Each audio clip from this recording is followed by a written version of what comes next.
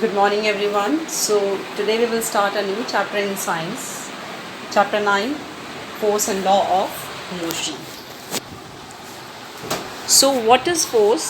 ये एक ऐसा influence है through which it changes it tends to set a stationary body in motion.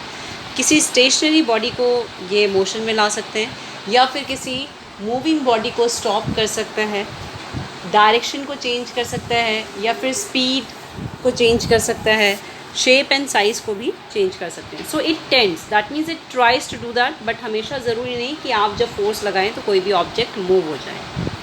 So what are the effects of the force? That it can move a stationary body. जैसे अगर आपके पास कोई ball पड़ी है and if you kick the ball, so definitely the ball starts moving. तो this is what that the ball starts moving, that means कि आपने स्टेशनरी ऑब्जेक्ट को मोशन में आप ले आए. आप उसी बॉल को रोक भी सकते हैं दोबारा से फोर्स लगा के. आप स्पीड को चेंज कर सकते हैं.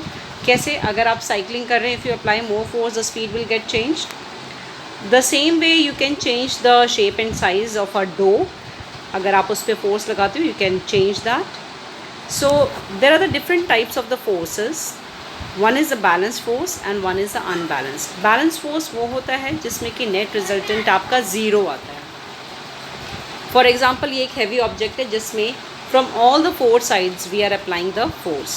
तो जहाँ पर हर चारों तरफ से फोर्स लग रहा है और लेट से कि हर तरफ से आपको 10 न्यूटन का फोर्स लग रहा है. So from all the sides आपका जो रिजल्टेंट आएगा, जो आपका नेट फोर्स होगा, वो ज़ीरो हो जाएगा because it will all cancel out each other. In this case the object will not move, क्योंकि आपका रिजल्टेंट ही ज़ीरो आ रहा है, सारे हर तरफ से आपका फोर्स इक्वल लग रहा है, तो आप ऑब्जेक्ट को मूव कर ही नहीं पाओगे. In other case where is the unbalance force, यहाँ पे नेट रिजल्टेंट कभी ज़ीरो होता ही नहीं और इसलिए ऑब्जेक्ट मूव हो जाता है.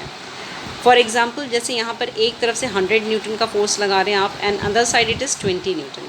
सो it will become equal to the 80 newton. So ये आपका 80 न्यूटन का फोर्स हो जाएगा और यहाँ पर आपका ऑब्जेक्ट मूव करेगा. जहाँ जिस तरफ से फोर्स ज़्यादा लग रहा है उस तरफ ये मूव, वहाँ से ये आप इसको मूव कर सकते हैं, पुश कर सकते हैं. So here are the few examples of the unbalance force. एक बहुत कॉमन एग्जाम्पल और ईजी एग्जाम्पल है टग ऑफ वॉर, जहाँ पर आप ये देख रहे हो फिगर में भी एक तरफ से 50 न्यूटन का फोर्स लग रहा है और वो पुल कर रहा है अदर पर्सन को, and the other side the force is 30 Newton.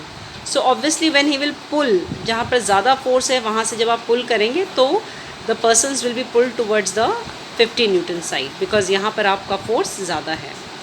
That's all for today. Thank you students.